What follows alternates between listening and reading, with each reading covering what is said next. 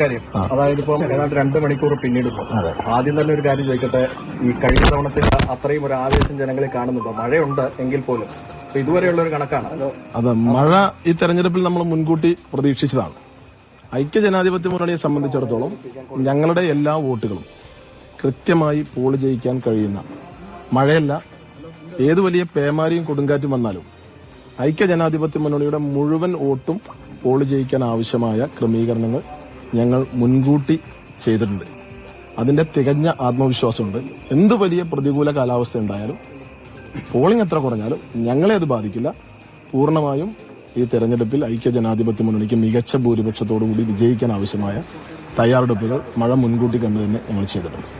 Polling ശതമാനത്തിൽ ഇപ്പോഴത്തെ ഒരു കണക്കെടുത്ത് നോക്കിയോ? പോളിംഗ് ശതമാനം മഴയുടേതായ ഒരു പ്രയാസമുണ്ട്. പക്ഷെ ഞങ്ങളെ സംബന്ധിച്ച് കൃത്യമായി ഞങ്ങളുടെ വോട്ടുകളെല്ലാം കൃത്യമായി അത് പോൾ ചെയ്യിക്കാൻ ആവശ്യമായ കൃത്യമായ അറേഞ്ച്മെന്റ്സ് ഞങ്ങൾ ചെയ്തിട്ടുണ്ട്. എന്ത് വലിയ പ്രയാസം വന്നാലും. ഇവിടെ തെരഞ്ഞെടുപ്പ് കമ്മീഷന് ചെറിയ ഒരു പാളിച്ച പറ്റി. ഇത് വളരെ സെൻസിറ്റീവ് ആയിട്ടുള്ള ഒരു ഏരിയ ആണ്.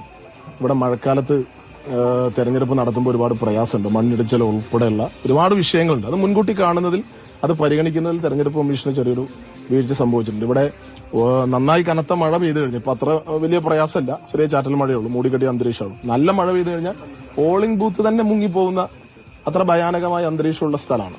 അവിടെ ഈ പ്രതികൂല കാലാവസ്ഥയിൽ ഈ മഴക്കാലത്ത്, മൺസൂൺ കാലത്തിന് മുമ്പ് തന്നെ തെരഞ്ഞെടുപ്പ് നടപടി പൂർത്തീകരിക്കാൻ കഴിയുന്ന സാഹചര്യം ഉണ്ടായിട്ടും അത് തെരഞ്ഞെടുപ്പ് കമ്മീഷൻ അത് മുൻകൂട്ടി കാണാൻ കഴിയാതെ പോയത് വലിയ ഒരു വീഴ്ച. വഴിക്കടവ് രണ്ടാം നമ്പർ ബൂത്തിൽ ഒരു വിവിപാറ്റിന്റെ ഇഷ്യൂ ഉണ്ടായിരുന്നല്ലോ. അവിടെ 50 പേര് വോട്ട് ചെയ്ത് കഴിഞ്ഞപ്പോ എന്തോ തടസ്സം എന്തോ ഉണ്ടായി, വിവിപാറ്റിൽ പേര് തെളിഞ്ഞില്ല എന്ന് പറയുന്നു.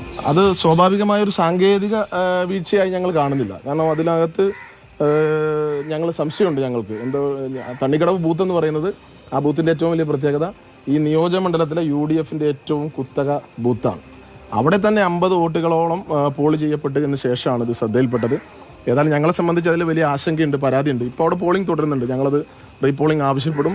ആദ്യം വോട്ട് ചെയ്ത 50 പേർക്ക് വോട്ട് ചെയ്യാനുള്ള സൗകര്യമോ അല്ലെങ്കിൽ റീപോളിംഗോ വേണ്ടി വരും. അത് ഞങ്ങൾ കൃത്യമായി ഉദ്യോഗസ്ഥന്മാർ അറിയിച്ചിട്ടുണ്ട്. നിലവിൽ 50 പേരുടെ പേര് അവിടെ തെളിഞ്ഞിട്ടില്ല. അതെ, നിലവിൽ 50ഓളം ആളുകൾ വോട്ട് ചെയ്തതിന് ശേഷമാണ് ഈ തകരാറ് ശ്രദ്ധയിൽപ്പെടുന്നത്.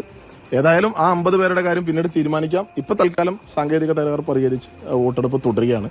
എന്തായാലും ഞങ്ങൾ അതിൽ റീപോളിംഗ് ആവശ്യപ്പെടാനാണ് തീരുമാനിച്ചിട്ടുള്ളത്. എന്താണ് ഇപ്പോഴത്തെ ഒരു പ്രതീക്ഷ? എന്താണ് ഒരു ഭൂരിപക്ഷം ഒക്കെ അൻവർ ഒരു ഘടകമാകുമോ? നല്ല പ്രതീക്ഷയാണ്. ഞങ്ങളെ സംബന്ധിച്ച് ഇത് പിണറായി വിരുദ്ധ തരംഗമാണ് ഈ തെരഞ്ഞെടുപ്പിന്റെ ഏറ്റവും വലിയ ഒരു ത്രെഡ് എന്ന് പറയുന്നത്.